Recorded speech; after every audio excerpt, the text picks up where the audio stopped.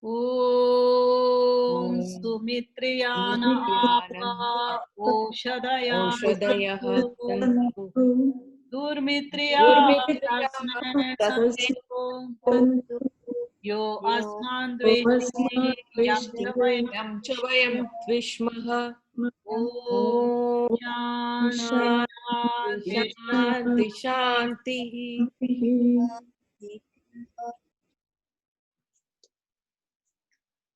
Okay, so any questions from last time?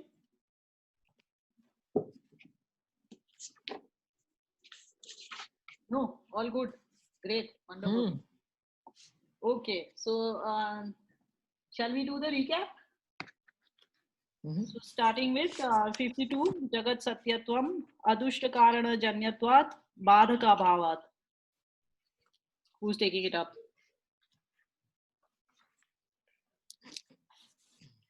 You want to try? Sure. Sure. Okay, let me try. I didn't attend this class, though, but still I'm. Here, Kapila says that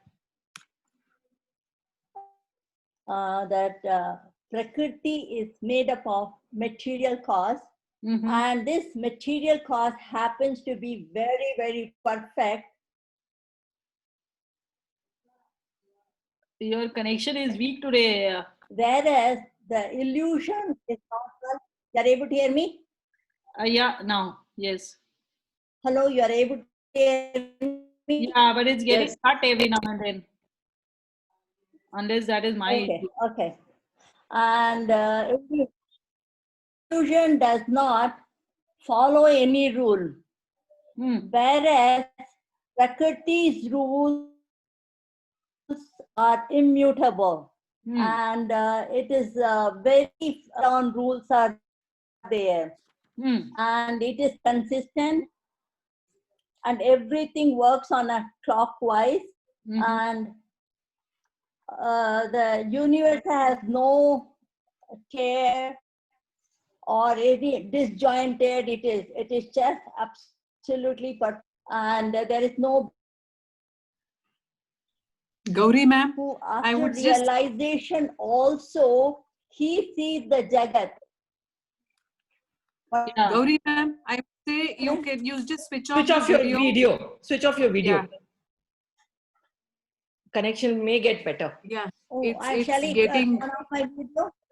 Yeah. I think your connection is. I can turn off the video. Yeah. No, you switch off the video. Just go to other place. Okay, you I'll switch do off that. the video. Yeah. Okay. I turned off my video. Now you should be better. Yeah. Okay, thank you. Do you want me to go over that or again no. same thing, or I can? No, we got the gist till now. You can continue. Okay. And there is no tear or there is no imperfection. It is all perfectly all right.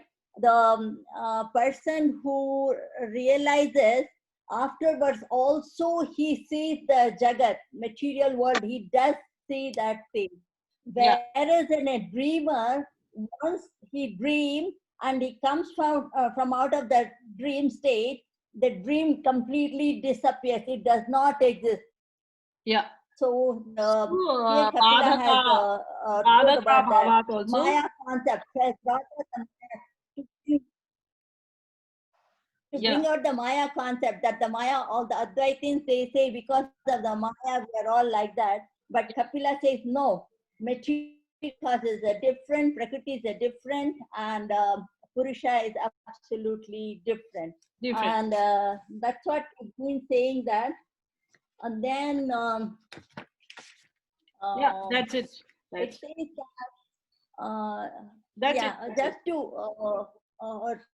to tell that Advaitins, so what you are saying is wrong. That's what okay. I think so. This is what he's been saying, Kapila. And just he wanted to make it very clear the difference, the doubt whichever we have in our mind, that the say soul and the matter, they are two different things. Yeah. And Okay. yeah, these are the things he wanted to say that. Yeah. Yeah. And he says that all of us, worldly person has to, we always think three things we want to avoid. That is adibhatik, dukhas and all want to get out of that. Is You for are, that we need you to are have giving a the dharma. whole of Sankhya. There's nothing more for us to recap. I just yesterday I said I have to do it because last week I missed. Thank you. Okay, I have done mine.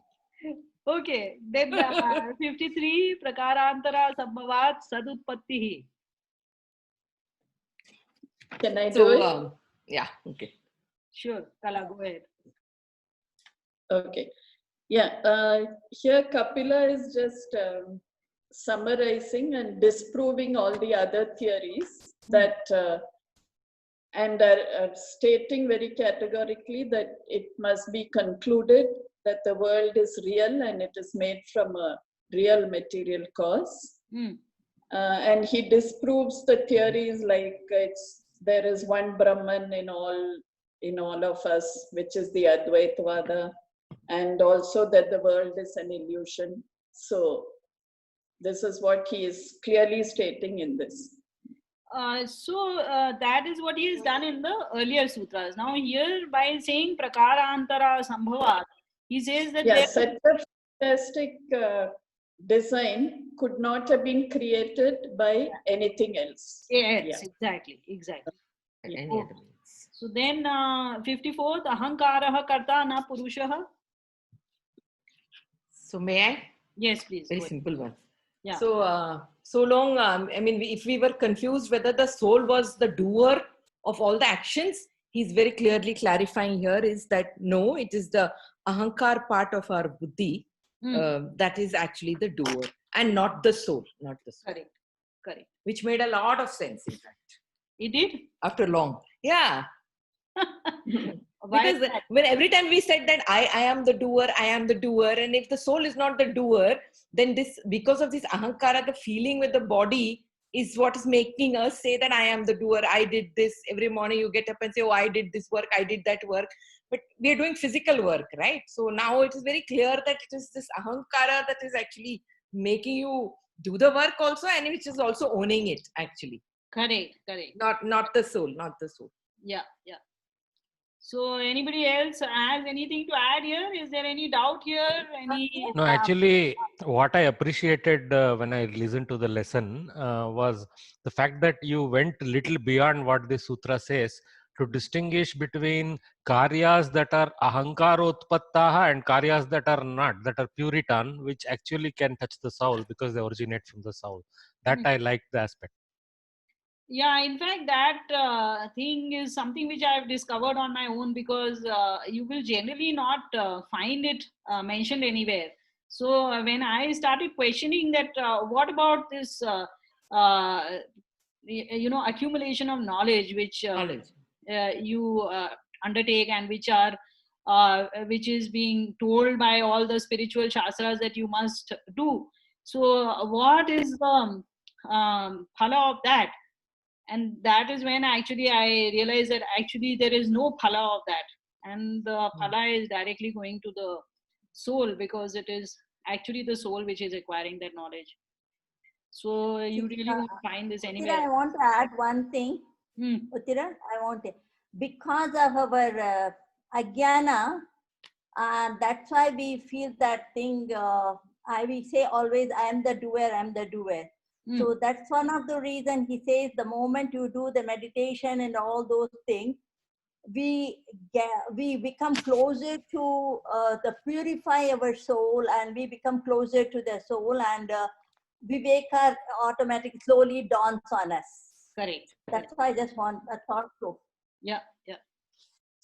Okay, then 55th one, Chidavasana bhuktis tat karma arjitatvat. Do I understand that according to Kapila, the consciousness and awareness are the same? Yes. What is consciousness otherwise if not awareness? That's what he is arguing, but I just wanted to clarify myself. Yeah. They are same. Yeah, yeah. Okay, so Chidavasana bhuktis tat karmarjitatvat. Yeah, hello. Can I take it? Yes, Mala. Go ahead. Yeah. The thing is, here it says that whatever consequence happens because of the deed, it reaches the body, does not reach the soul. And Kapila here. Chidavasana.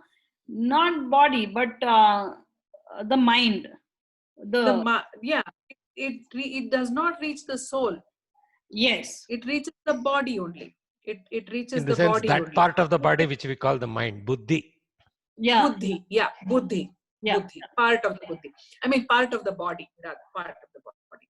So Yeah. here he also again, asserts that if he gets the karma, the body alone, by the extension of the body, when the karma happens, the body only should bear the consequence, because it is unfair that the soul takes it away.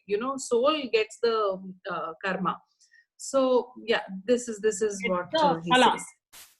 It's the phala. Yeah. Yeah. Since the karta is ahankar, then it is only fair that the phala also should be received by ahankar or yeah, by the body, in general, the body. Yeah. Okay, so last one to Anuj. Chandradi loke apya vrittir nimitta sadbhavat. Here, basically, there is this concept of higher lokas and lower lokas.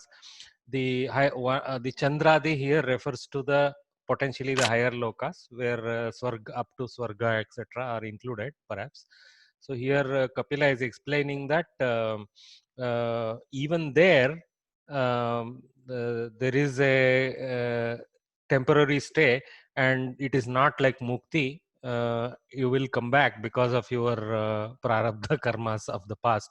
And also there is an auxiliary explanation that whereas in Naraka there is pure sufferance, and in Swargalokas, including Chandraloka, there are joys, only Bhuloka is one where there is a potential mixture which is under your own control, where you can produce new good karmas, etc. So you can go towards apavarga or moksha. That's the inference indirect. Yeah, but Patal is not mentioned anywhere, Anuj. No, I extended from Chandraloka, Pataloka also. Why not? Chandraloka by itself is actually not given as Swargaloka, but as a place where you enjoy more of bliss. Yeah, so it's not really called Swarga, because even in these are the ancient philosophy, and that is the difference between these newer beliefs which we have all undergone and experienced, and these older ones which actually very very ancient ones, which do not describe all these Swarga Loka and Patal Loka. Even in Mahabharata we find some references, but these are even older than Mahabharata and Ramayana and all.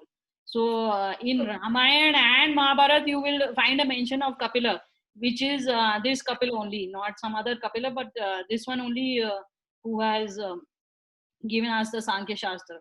So these are such ancient texts coming from so far back in time. So in that case, Uttara, we do move in the subtle body and go to the different lokas. Yeah. That is, as I've written in my commentary, is a little bit extrapolation by me. So you must take it a little bit with a pinch of salt. Yes. So what are the other lokas listed? Are they listed anywhere, Uttara? Actually, there are main three lokas only which are listed, which is Dyuloka, Antariksha Loka, and Prithvi Loka. This is where you are supposed to find habitation. So habitation by souls, So again, you should not understand it as habitation of living beings, because as far as I can understand, Dyuloka, that is suns, all stars, all the Muktatmas go and reside there. Okay, again, please take with a pinch of salt. So there are no living beings on any of the stars, but pure souls will be found over there. They make their habitation on these extremely well lit places. Then you have this Prithvi Loka, which includes this Chandradi Loka, I presume, my presumption. And so all non-luminated bodies are, non-luminous bodies are your Prithvi Loka. So on this you will find living beings with Sukshma Sharira only, and with Sukshma plus Sthula. The first thing is my extrapolation. Then you have Antariksha Loka. Part of Antariksha is taken as these birds, etc., flying around in Antariksha Loka, but actually Antariksha Loka really extends from beyond the Earth's atmosphere. So even that is seen as a place of habitation by the souls. Now, what souls exist over there and in what form, I really have not come across any reference at all. I wanted to share, I found serendipitously one more reference in what I was reading. So in Kaushitaki Brahman Upanishad, that means the Kaushitaki is another Brahman, of which a part is called an Upanishad, like most of the Upanishads. So there also it says, ye vake chasma lokat prayanti chandramasam eva te gachanti. That whoever leaves this Prithvi Loka, they go to Chandra Loka only. Okay, so that is another reference which seems to indicate that Chandra is some point where you go to after death. Again, you must see that this is again reference to Manushya Jati only. So it is, it cannot be the other jatis. Oh. Sorry. So it is referring to this Kaushitaki Brahman is also referring to Manushya Jati only. So according to them, all Manushyas go to Chandaloka, and the time you will spend there will be dependent on the amount of good that you did, and then you will return. So that is one more reference which we have here. Wanted to share that also with you. So we do have one more. I thought that was the last one. That there is one more. Lokasya no padeshat siddhi purvavat. If Mr. Chandan would like to take, it's good. Otherwise, somebody else can take. Mr. Chandan, you want to take it up?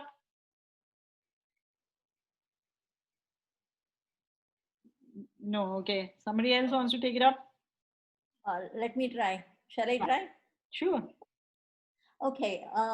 See, we may go in a different lokas and all. There we can fulfill whatever the good things and all. We can exhaust the punya karmas, whatever you call. We can exhaust it and then come back.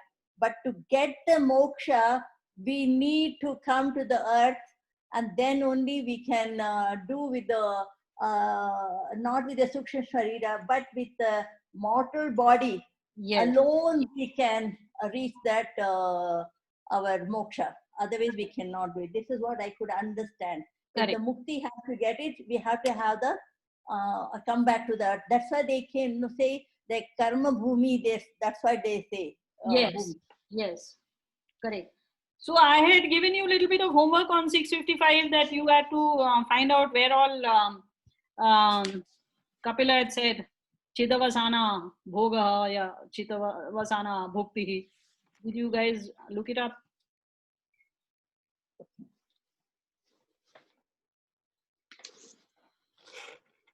I didn't.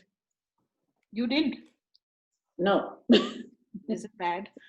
Yes. You're losing your model student. I know. Correct. No, we don't want to upstage Kala, so we didn't try either. Good one. Thanks, Anuj. Now it's all blamed on Kala. Okay, folks, the lazy students that you folks are, I'm still going ahead and telling you. So in 129, we had come across this statement almost, sorry, not 129, but 169.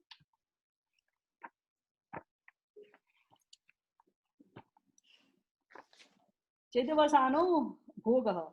That was 169, and then subsequently some explanations were there which went up to 172. Good idea for you to look it up. Okay. Also in 129, we had done Uparagat Kartritvam Chit Sanithyat. This was the last sutta of the first chapter. So it said that because of being close to ragas, there is a Kartritvam because of being close to the Chit. Okay, Chit Sanithyat. Okay, so this was that. Then there was one more thing which Anuj had said that day. It had made me feel very depressed. That Kapila does not believe in God, and I had told, yeah, that is what Anuj said one day, right, Anuj? So yeah, I mean, that is the theory put forth by some. Yes, so that is because why he takes the independence and not even the nimitta karana of. So I was feeling very bad that you have been studying for 2 years, and after that you are believing people who have never studied Sankhya and go by this Ishvara Siddhe.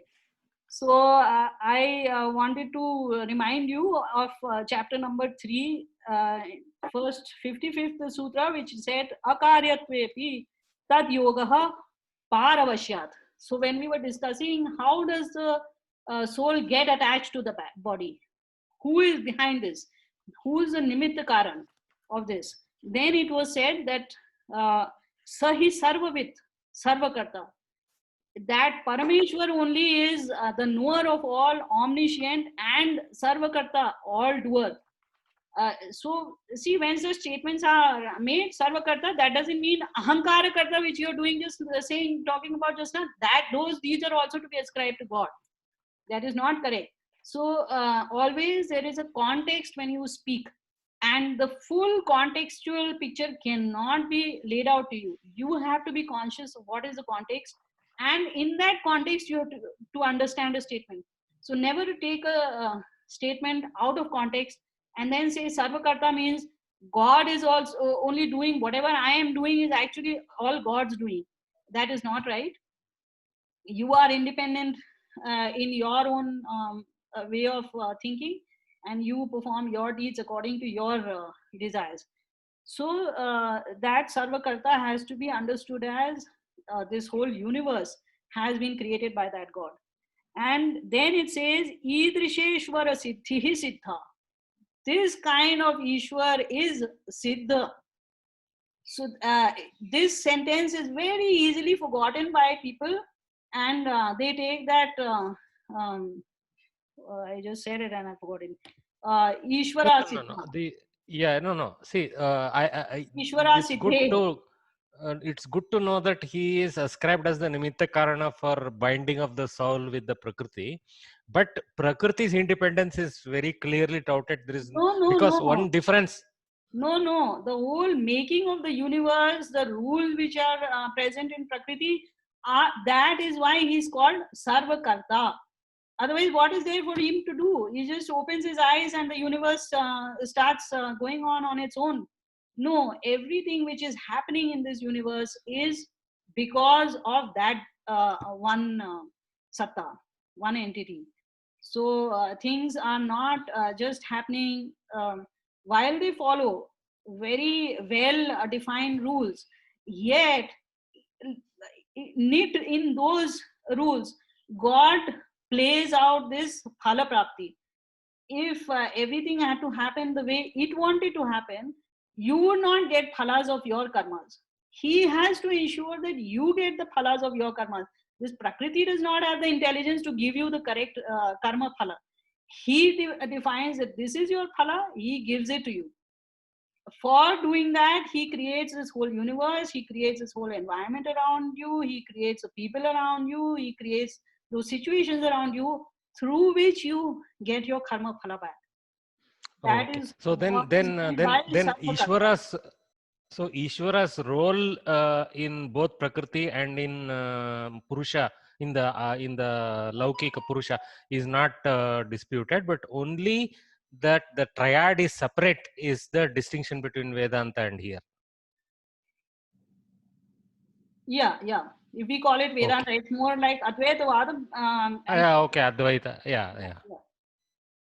Okay, so I think, yeah, we do have some time. Let me just cover the remaining then. So please do not lose sight of what you are learning just because somebody in Kashaya Vastra comes and says something to you.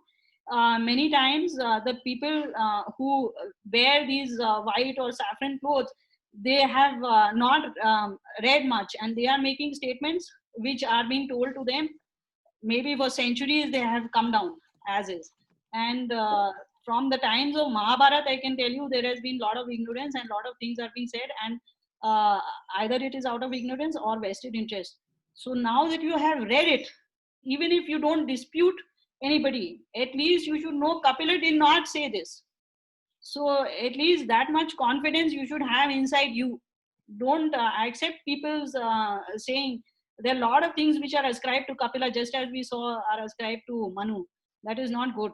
That is you are studying this so that you can remove some of that clutter which has come around all these topics. Please do not accept people at face value. Okay, so let me take the 58th sutra. Paramparyena tatsiddha vimukti shrutihi. So this is also a little bit of a puzzle, this sutra. As I told you, from some time now, I have been giving you my explanations and not been taking what is written in the book so much. And definitely from here onwards, it is my explanation. So paramparyena tat siddho vimukti shruti. Through tradition, we have come to hear that going to these Chandralokas, Chandradi Lokas, if you remember, is Siddhi itself. When you achieve that, then you have attained Vimukti, which is equal to Moksha only. Okay, so this is the Purva Pakshi saying that you are saying that from Chandradi, etc., we return. However, through tradition, we have come to understand that attaining Chandradi Lokas themselves is itself attaining Mukti.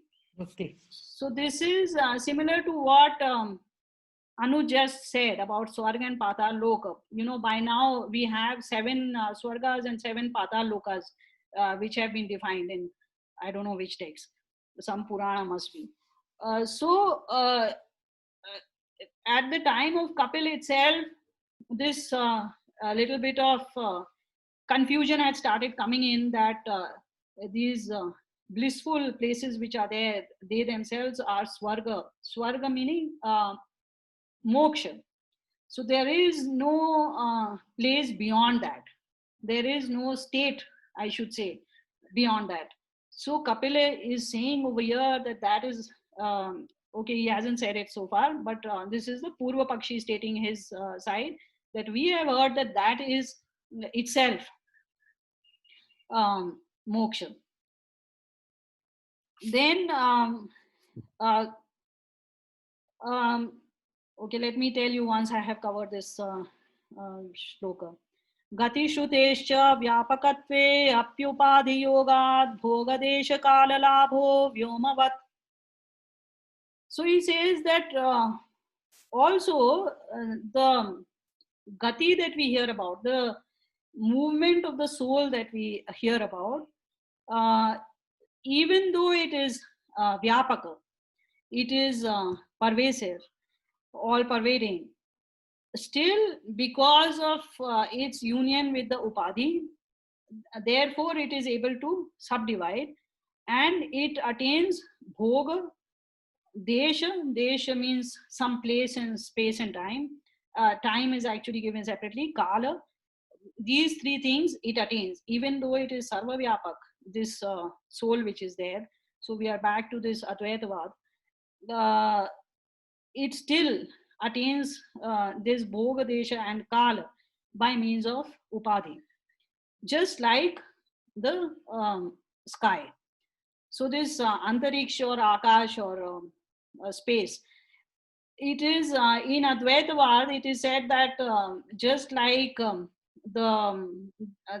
this antariksha is all pervasive, yet you can talk, split it up by means of some other objects. So ghatakash, that akash which is residing within a ghata, a pot, and mathakash, that sky which is residing within the matha. These are now you have split that single sky, all pervading sky, into separate portions, and now you take this ghata from point A to point B, then that sky, it seems as if it is moving along with the ghata. So as you know already, there this is incorrect. The akash remains constant and the ghata is going through the akash.